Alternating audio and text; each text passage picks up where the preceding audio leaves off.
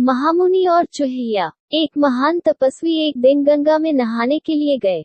स्नान करके वह सूर्य की पूजा करने लगे।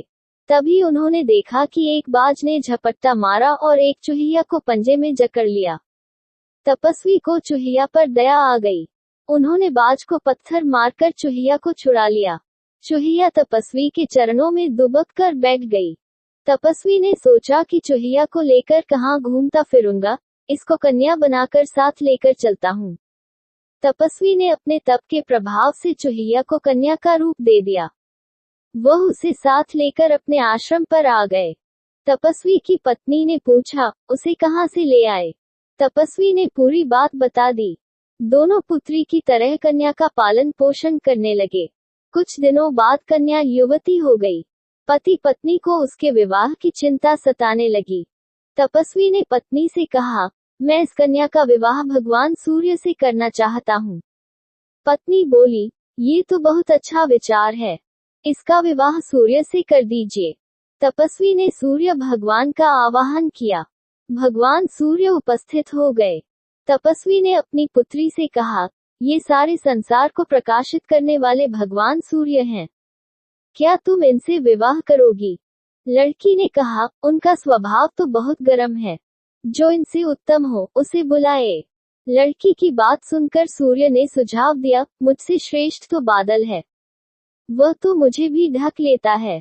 तपस्वी ने मंत्र द्वारा बादल को बुलाया और अपनी पुत्री से पूछा, क्या तुम्हें बादल पसंद है?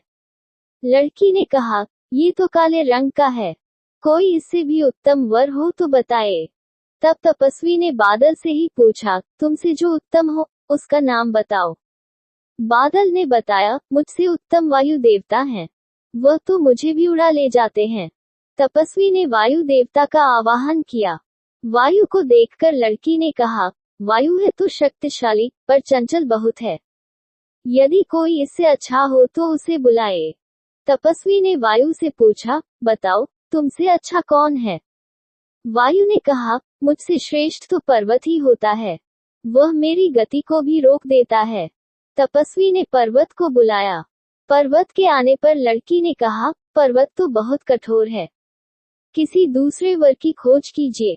तपस्वी ने पर्वत से पूछा, पर्वतराज, तुम अपने से श्रेष्ठ किसे मानते हो?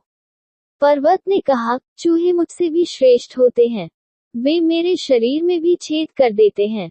तपस्वी ने चूहों के राजा को बुलाया और पुत्री से प्रश्न किया, क्या तुम इसे पसंद करती हो?